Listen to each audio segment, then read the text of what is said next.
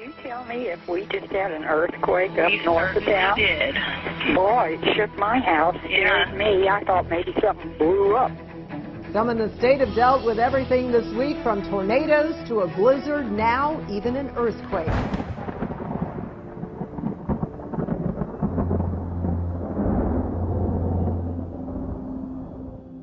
Many of us got a powerful wake-up call at 1:42 this morning when an earthquake in Oklahoma shook us awake. It had dozens of people calling 911. You're not the only one who felt the earthquake this morning. People have taken to Twitter and Facebook talking about how it woke them up this morning. The USGS recorded the 4.7 earthquake near Cherokee, Oklahoma. And one of the interesting things, I want to show you this here. This is a picture from the National Weather Service of the radar. All the birds taking off when the earthquake hit, it picked up on radar. Very cool. We weren't the only ones who felt it. In fact, it was so powerful that it could be felt more than 950 miles to the west in Tucson, Arizona, and all the way to the northeast to Chicago. And that's just the latest in a wild week where we've seen tornadoes, blizzards, and topped off with this morning's quake. At least 3 people were killed and thousands are without electricity after hurricane-force winds howled across the Northwest. Oh my God. 70-mile-per-hour winds toppled 175 trees in the city of Spokane, Washington in less than an hour Tuesday. Oh, that one's going right there. Where? Oh! Overnight, residents were told not to go outside. How severe was the wind around 9 p.m. when the neighbor's tree fell on your home? Oh, man, it was something else. I don't know. I've never heard wind like that before. But even residents who are used to dealing with flooding were surprised by this storm. I've never seen it come up that fast. In southwest Colorado, 100-mile-per-hour winds led to near whiteout conditions. Nearly 3 feet of snow has fallen in parts of Colorado over the last 72 hours. Now to that powerful storm sweeping across the country, responsible for dozens of reported tornadoes. Look at that large twister in Texas overnight. Oh, my God. Massive tornadoes, violent storms, and blinding snow. 5 tornadoes were reported in Texas. The fierce storms churned out violent lightning strikes, leaving more than 6,000 people without power. Here in Texas, 13 reported twisters touching down. 4 of those reports coming after a tornado tore through the town of Pampa in pitch darkness. Oh my God! We have a gigantic tornado right in front of us! Power lines exploding! One of those tornadoes reportedly at least a mile wide, leveling a Halliburton plant. Officials saying the tornado caused chemicals at the site to leak. That spill now contained.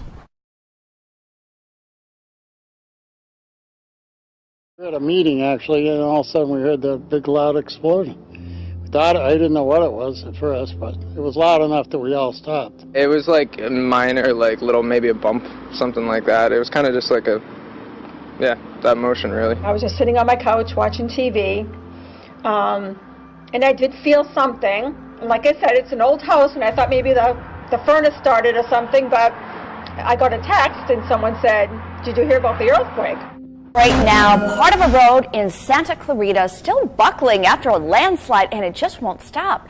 In some spots, the street has risen more than 6 feet, forcing Southern California Edison Power Team to shut off electricity lines along this stretch. Crews on the scene say the cracks are getting bigger. They're getting higher. We'll keep watching this one for sure. Look at this. It's unbelievable, isn't it, you guys? And it's certainly still moving. It's still happening as we speak. This really looks like something you would see out of an action film, something you'd only see on the big screen, doesn't it? Involving a plot like the end of the world or an earthquake or something destroying roadways like this, but this is all too real, and the earth is still shifting as we speak. This is Vasquez Canyon Road, west of Sierra Highway in the foothills of Canyon Country. All of this took place only in the last 24 hours. A powerful earthquake strikes the Greek island of Lefkada, killing at least 2 people and wreaking havoc on villages. The quake shook the western Greek island around 9 a.m. on Tuesday, November 17th. Schools on both Lefkada and the nearby island of Kefalonia were closed Tuesday as aftershocks had continued hitting the region. Hey, get away! Hey, get away from the windows, Jen! This is what it looked like as the National Weather Service says a tornado ripped through the town of Denair. That is a serious tornado. Dude, that's keep it 10. Yeah, hey, we gotta get inside, dude. I thought those clouds looked really scary, and then it hit. Bringing with it whipping winds reaching between 85 and 110 miles per hour. Oh my God! Oh my God! I've never seen anything like this. This is absolutely rare for Stanislaus County. Hello and welcome. I'm Scott Dennis. And I'm Haley Wilkes. Thank you for joining us tonight. First, the smell of rotting fish continues to plague Longboat Key residents. For the past week and a half, those living on the south side of the island have seen thousands of dead fish floating in their canals. And we have some breaking news at 11. A massive fish kill on Sanibel could keep beachgoers out of the water and off of the sand. While some, as you heard, are still venturing to the beach, others are avoiding it. Sanibel City workers have been out here since about 8 o'clock this morning, clearing the beach of those thousands of fish that wash ashore. People we spoke with who live on the island say the massive fish kill is the worst they've ever seen.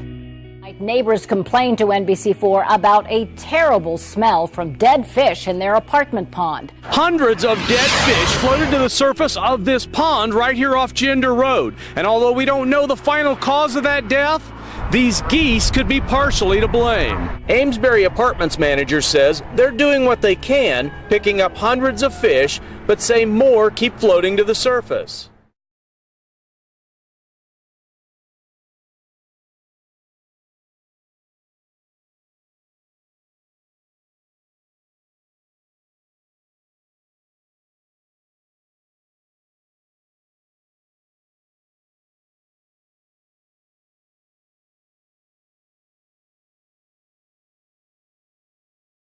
A lot of people from eastern Kentucky to well into Illinois and Indiana saw this one and heard it. And this is what they witnessed, a meteor streaking across the sky.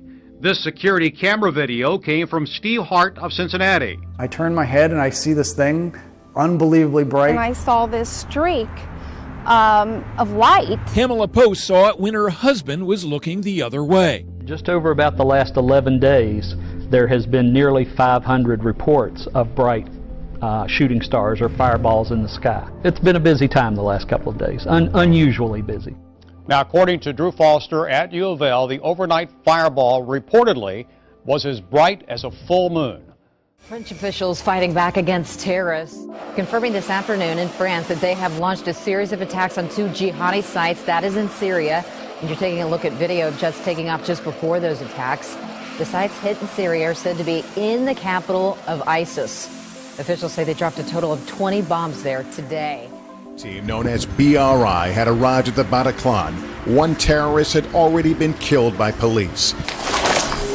Jeremy knew it would be up to his team to rout out the remaining attackers and free the hostages. We took position at the enter of the theater, and then we discovered like a hell on hearse. With no time to plan, the team had to improvise. They got the theater layout from fire evacuation diagrams on the wall. One American is dead in a new act of terrorism. This time it happened in the capital of Mali. Terrorists stormed the Radisson Hotel today, armed with guns and grenades. Malayan and French Special Operations Forces freed more than 100 hostages. To all that helicopter noise you've been hearing, and get ready, you're about to see the action for the first time. Local and federal law enforcement would not elaborate on the details, just that this was in fact part of a scheduled military exercise. Military helicopters soaring through the heart of the city. And we were here in downtown Phoenix. It was all quiet, and then all of a sudden, a big wave. If we saw helicopter after helicopter just coming in, still hearing some of that noise right now here in downtown Phoenix. Now take a look at this video. This was at the Sandra Day O'Connor Federal Courthouse right near the sheriff's office downtown on Jefferson.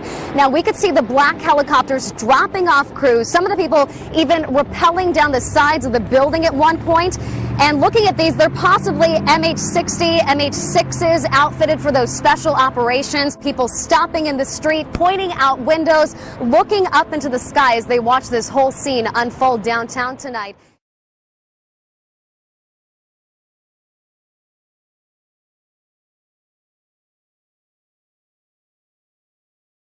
And the only salvation for this sin is the gospel. The only way to really cure that what's on the inside is understanding that Jesus Christ died for our sins. And so to me, on a micro level, it's understanding.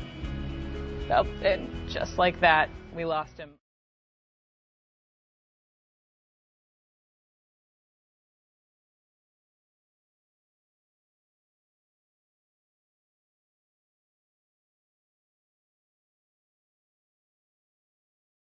Hi, everyone. It is June 2nd, 2015. I'm going to play a short clip of an interview on Dane Wigington's channel, Dane interviewing General Bert Stubblebine and Rima Leibau, Dr. Rima Leibau. Very important information. Please circulate it. Filled with information and connections between all of the toxins, the geoengineering, and the fluoride, and the mercury, and the vaccines, even the connection with Jade Helm, the power structure triggering forces on the planet that can't be stopped, the chaos that is coming. General Stubblebine also talks about the 9/11 and it being a false flag and how heartbreaking it was for him to wake up to that reality. Anyway, I hope you circulate it. It is a very interesting interview, and here's the clip. I wrote an ebook which is available free on the internet called, I believe it's called Radiation in America, very simple title, in which I document that the vast preponderance of the U.S. population is living in areas which are chronically so far above the EPA required permanent evacuation level that it's double and in some cases triple that level. The population is never told that, and certainly the population. What are you going to do with the 89 or 90% of the population of the United States? Well, one thing you can do is kill it. And then you can take the remaining 10% of the population, and this is the Agenda 21 plan, which is intimately connected with what we're talking about. You can take the remaining population and compress it onto, as is planned, 1% of the Earth's surface, returning the rest of the Earth, allegedly, to the wild, rewilding it, and making sure that people live, the people who are allowed to continue to survive, people live in 526 square feet of space. That's their lifelong allotment of room, and controlling what they eat, controlling what they know, educating them. This is Agenda 21, educating them in such a way that children are undereducated, specifically because, and I quote, people who are educated to their full capacity consume more than their fair share of the Earth's resources, and feeding them so that they do not reach their genetic capacity, the height, weight. These things are definitely going on, or these plans, I believe, have been implemented. What I would argue is that the power structure has now triggered mechanisms on the planet that cannot be turned off, that will keep these plans from reaching fruition. We have mass methane expulsion happening in the Arctic. We can relate that to climate engineering as well. We know that climate engineering has altered upper level wind currents. That's altered ocean currents. We have warm water now pumping into the Arctic. We have a shredded ozone layer, which is adding to the thermal energy buildup on the planet, which, by the way, we're building up thermal energy on planet Earth right now at the rate of 4 Hiroshima bombs per second, 400,000 per day. That's how fast heat is building up, and climate engineering is making it worse, not better. In addition to being tied to every single thing we've discussed here, there is nothing that you can't in some way connect or tie to climate engineering. Exactly. You got That's it. my point. And now at this juncture, again, with Project Jade Helm, I would argue, again, as climate engineering becomes impossible to hide due to the cataclysms that are unfolding, and the power structure becomes more and more exposed, they become more and more dangerous. Now we have Project Jade Helm happening, which General Stubblebine has already stated is a cause for absolute concern, and who better to state that? Now, on that note, since in the past we've had, of course, exercises that were preludes to 9/11, UK bombings, Boston bombing, there's always a drill going on right before these events.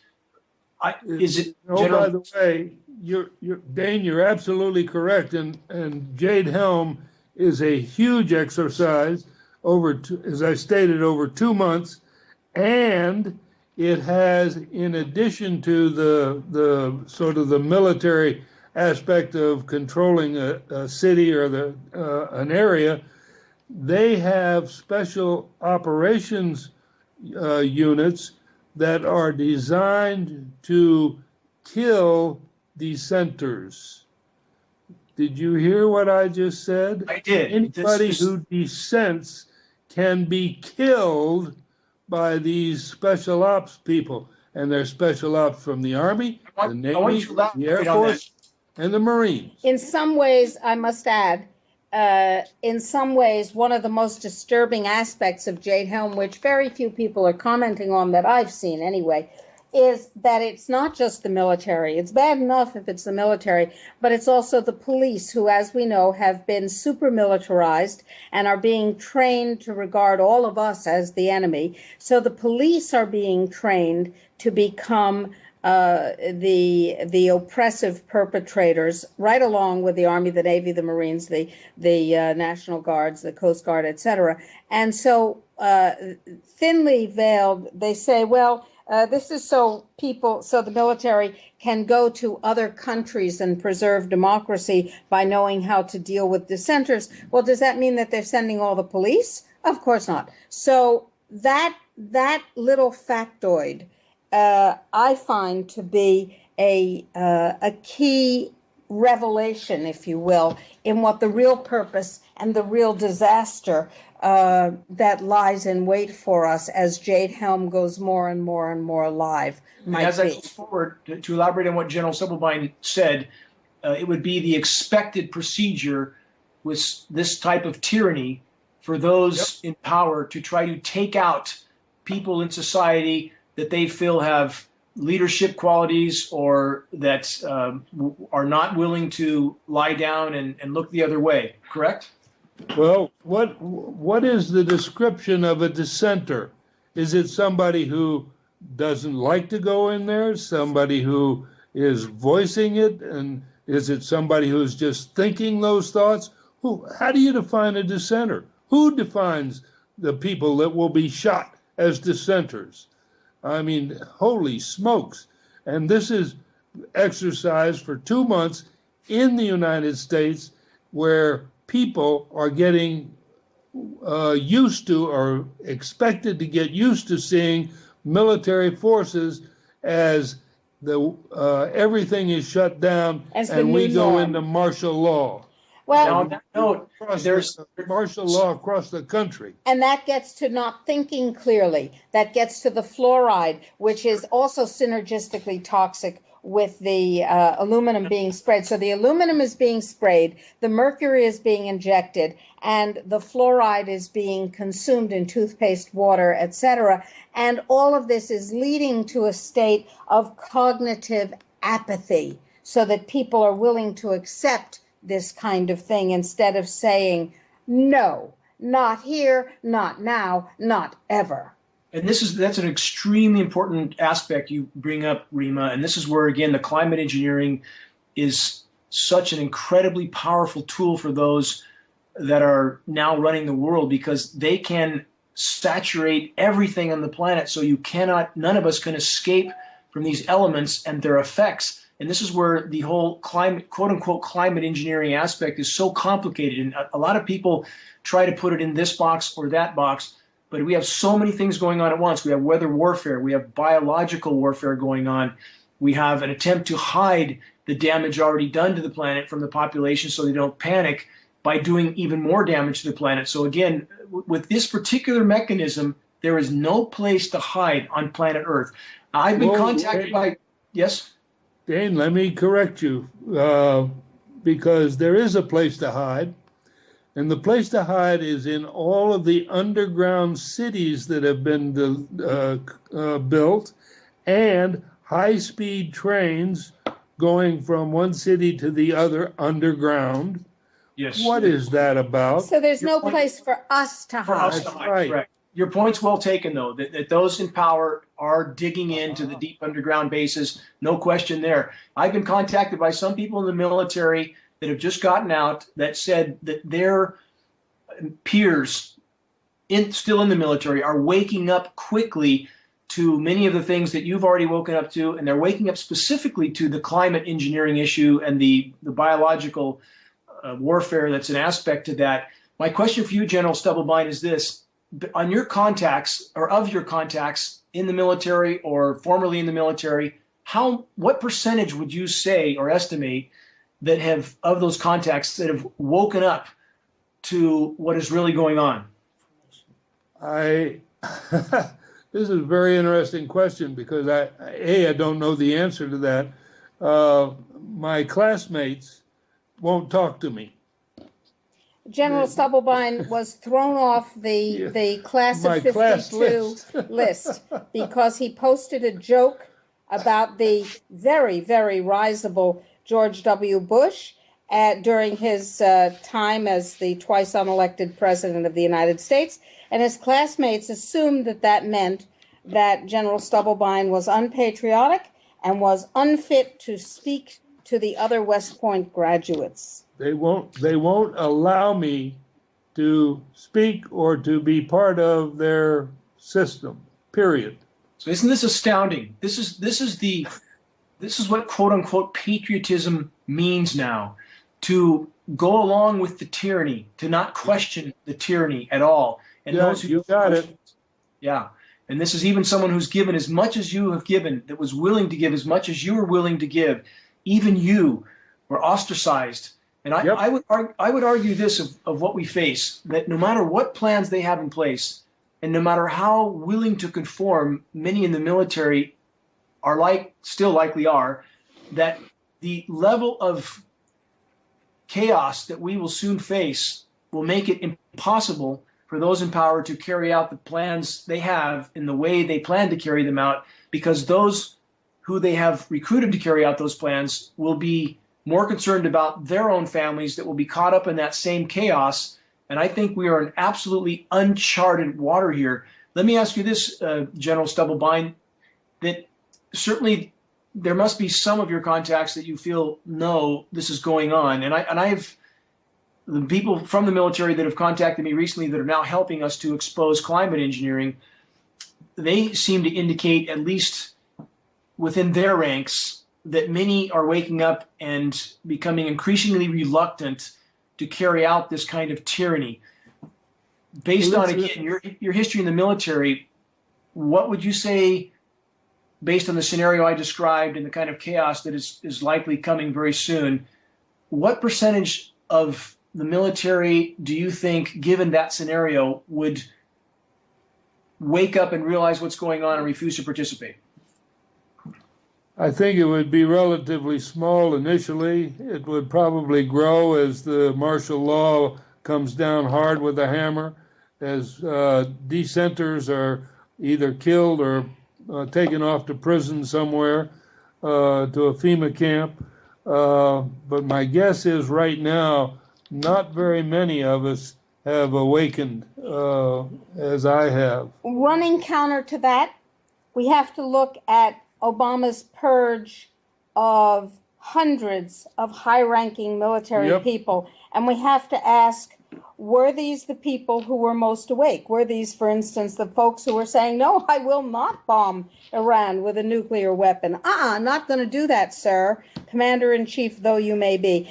If that is true, that is the accurate scenario, then these discarded military leaders may very well form the core for the awakening, for the mobilization of the awakened that you're talking about.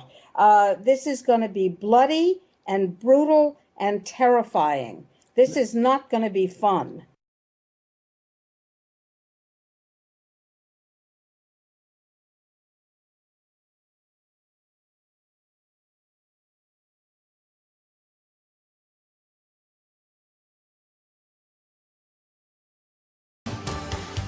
And tonight, the vetting of the president continues as we bring you another edition of The Real Obama. Now, in this installment, we shine the spotlight on an executive order that the White House was hoping that you would never learn about. Now, the president signed the National Defense Resources Preparedness Executive Order late Friday afternoon. And since that time, now the measure has been virtually ignored by the mainstream media.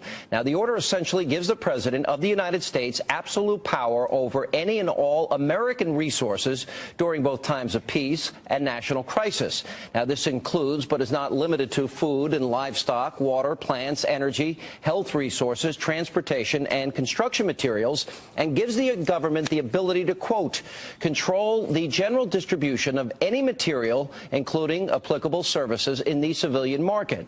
Now, White House Press Secretary Jay Carney laughed off a question about the document at today's briefing. Let's take a look. There's been some online commentary suggesting this gives the executive branch power to allocate energy, food, water in either peacetime or wartime. And there are some conservative blogs that are pushing the notion that this suggests the White House is preparing for a war with Iran. Can you explain what this executive order was? Well, I cannot explain that reaction to it. I think it was a fairly standard and routine piece of business. Now, not everybody's laughing about this executive order. In fact, some have suggested this would give the President of the United States the authority to declare basically martial law during times of peace. And to be sure, this is simply the latest string of actions taken by the administration that ignore the basic principles of our Constitution. Joining me now in tonight's edition of The Real Obama, Jay Sekulow from the American Center for Law and Justice, and Fox News contributor Lanny Davis. Guys, welcome back. I'm laughing about it, Sean. How are you? All right, good. Well, let's give a little history here. Jay, we'll start with you because this was actually signed, or similar national defense resources preparedness, by Bill Clinton. You have similar executive orders signed by Dwight Eisenhower, George W. Bush. But there's a difference. There are some things that changed in this that I think has brought, legitimate criticism and concern. Can you go through that? No, I think you're absolutely right. The idea of this act is nothing new. Presidents have had this since the 1950s. But what is different about this one, different than any of the other one, is the definition of national defense.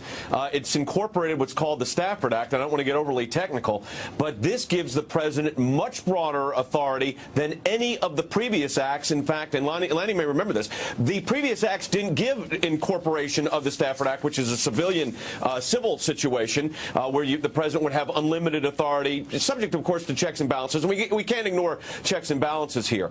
But the definition of national defense is broader than it has ever been under any of these previous executive orders. And I think that's the most significant aspect of this. And by the way, president's getting flack from the left and the right. The left said this is preparation for the war in Iran. That's why the president's doing this, a potential war with Iran and the concern about the energy resources of our country. And, of course, conservatives are saying this is unchecked power. Yeah. There's a balance here, but the one thing that's very different, Sean, is the fact that the national defense definition is different than it has ever been and much broader than it's ever been. Lenny, this very specific section, and Jay, correct me if I'm wrong, is 801J, if I recall. J, right. That's correct. Why would the president change that definition? And, Lanny, you're an expert in media. Nobody is as good as you.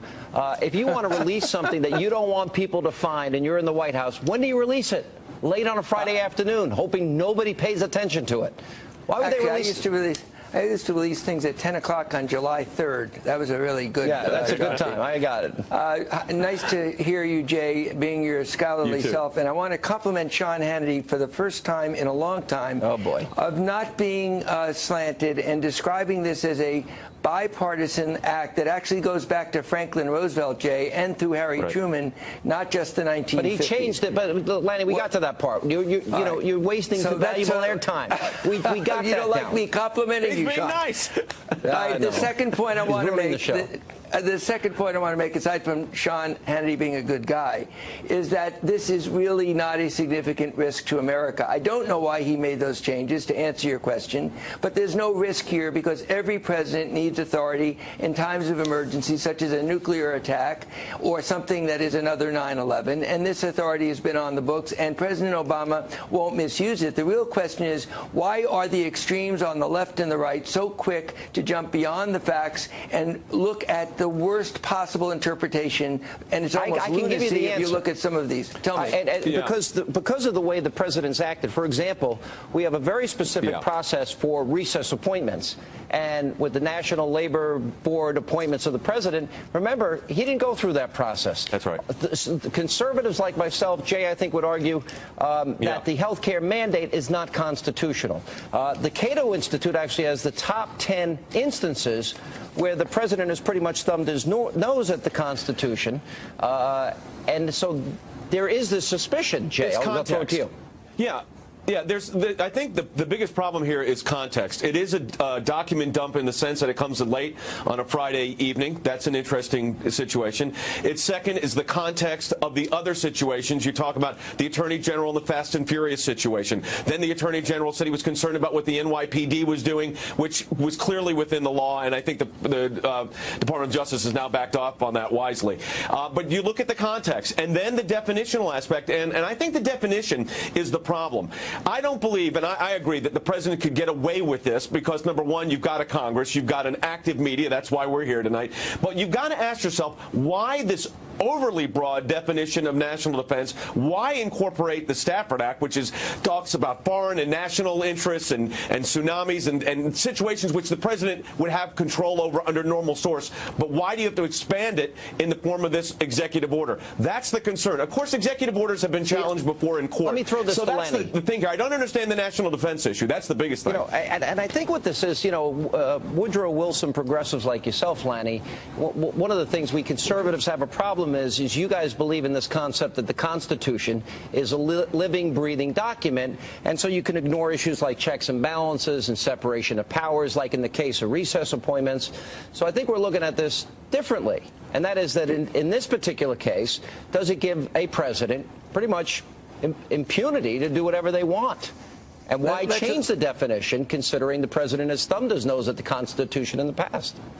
First of all, my point of view is he hasn't thumbed his nose, and if the Affordable Care Act is unconstitutional, let the Supreme Court decide that, not Jay and Mr. Justice Hannity. But most importantly, this is more reflective of the paranoia on the left and the right that's going on in America and polarizing this country so badly. Jay and I, as Jay is a conservative and myself as a liberal, are able to exchange views in a civil way with Sean Hannity as a civil moderator. What's going on the Twitter and the internet is lunacy. If you read some of these comments, it's not Jay analyzing this calmly. It's complete why are we lunacy. Attacking people that have and a different nobody view? is mentioning Ronald Reagan, and I'm only saying that it's the extreme interpretation that causes the polarization in this country, Sean. And the president has never contributed to this by saying Republicans want dirty air and water and want kids with autism, Down syndrome fending for themselves. He's never contributed to this at all. I don't like rhetoric. I don't like the extreme rhetoric. Sometimes I think the president has gone too far,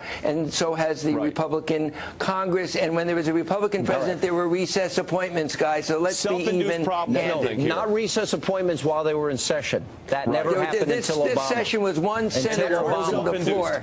This session was one senator holding the floor, and that was an abuse of the Constitution says recess appointments only when they're in recess, though, and they're not in recess. With one senator and coming up, is it possible that the president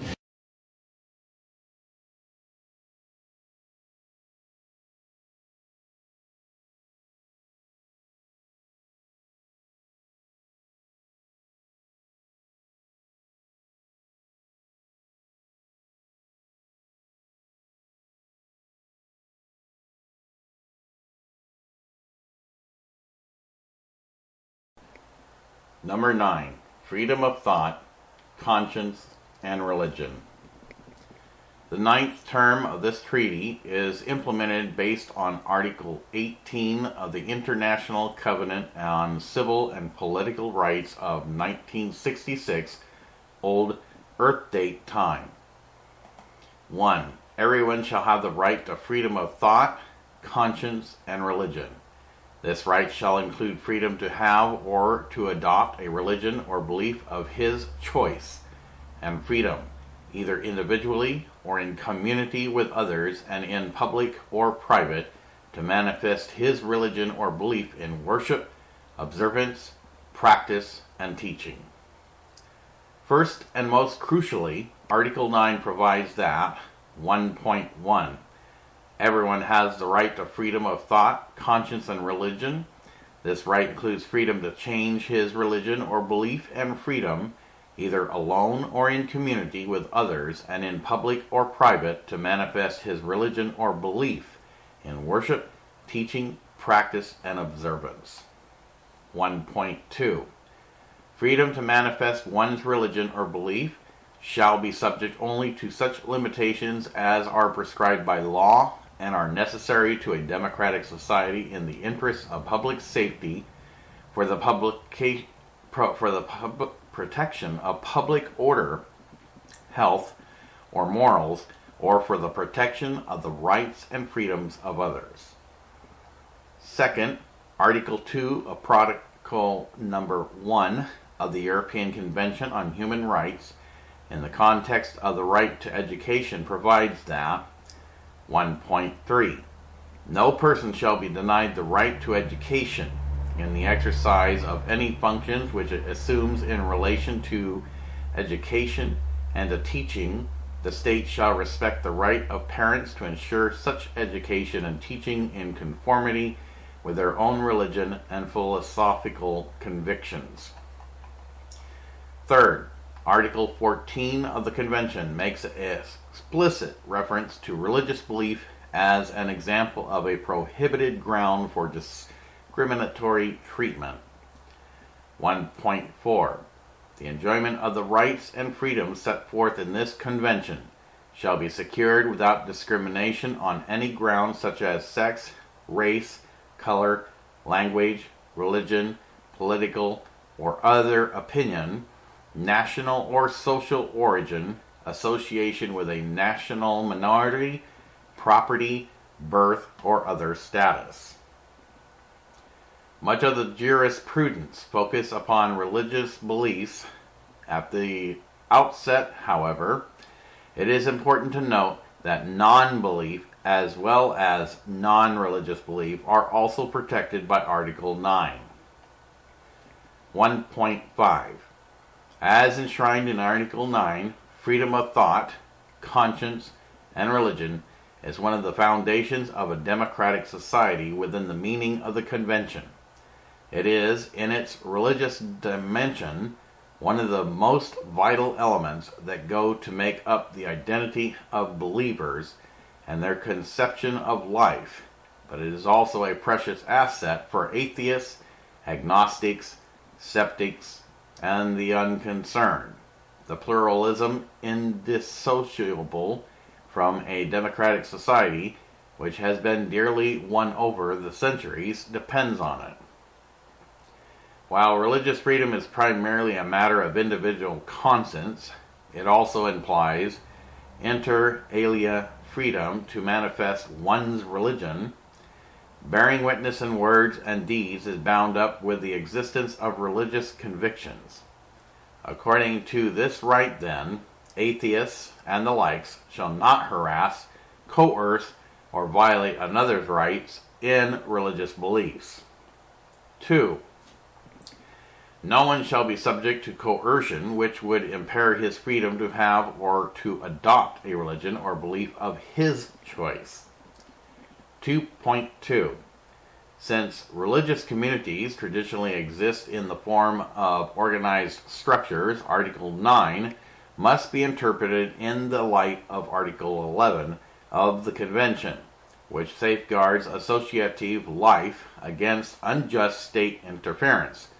Seen in that perspective, the right of believers to freedom of religion, which includes the right to manifest one's religion in community with others, encompasses the expectation that believers will be allowed to associate freely without arbitrary state intervention.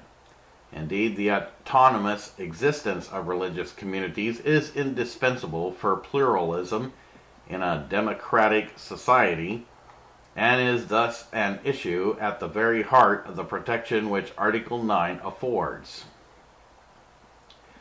3. Freedom to manifest one's religion or beliefs may be subject only to such limitations as are prescribed by law and are necessary to protect public safety, order, health, or morals, or the fundamental rights and freedoms of others. 3.1.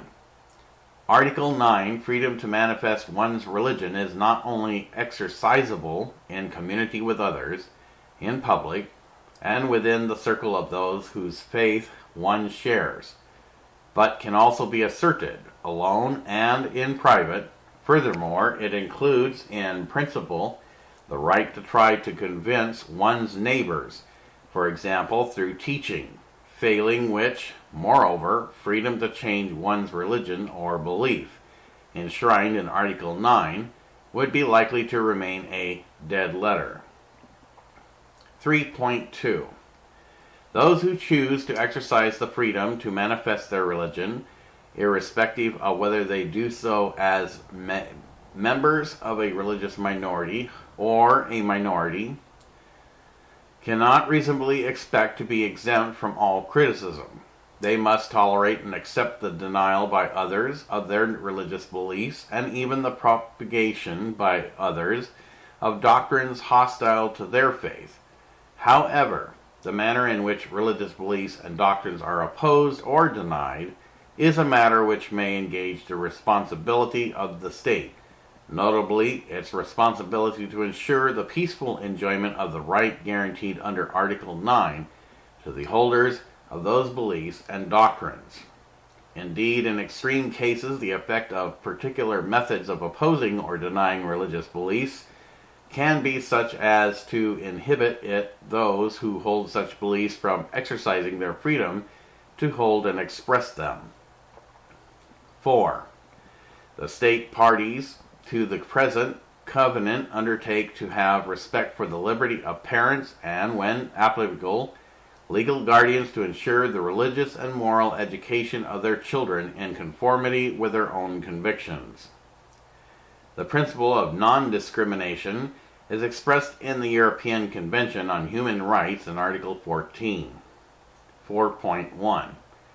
The enjoyment of the rights and freedoms set forth in this convention shall be secured without discrimination on any ground such as sex, race, color, language, religion, political or other opinion, national or social origin, association with a national minority, property, birth, or other status.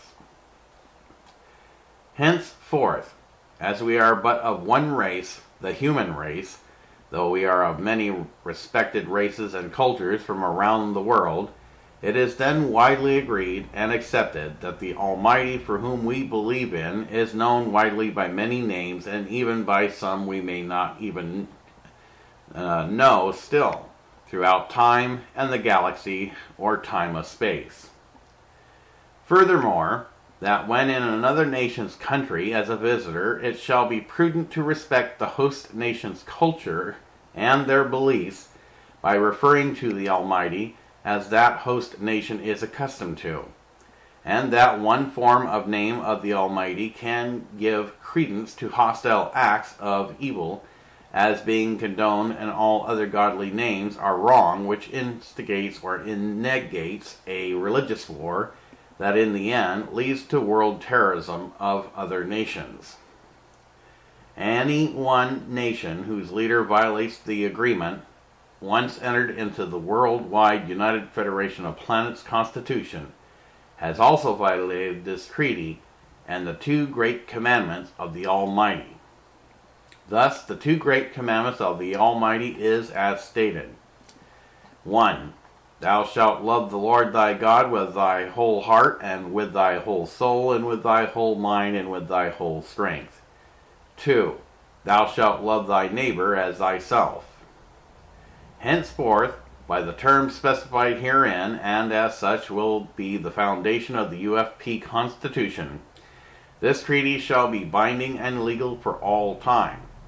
No nation, near or far, shall be without due course of support by those of whom signed this treaty, to be protected from the forces of evil, whereas a new world order would otherwise diminish and make the lives of all humanity, the human race, extinct for all eternity.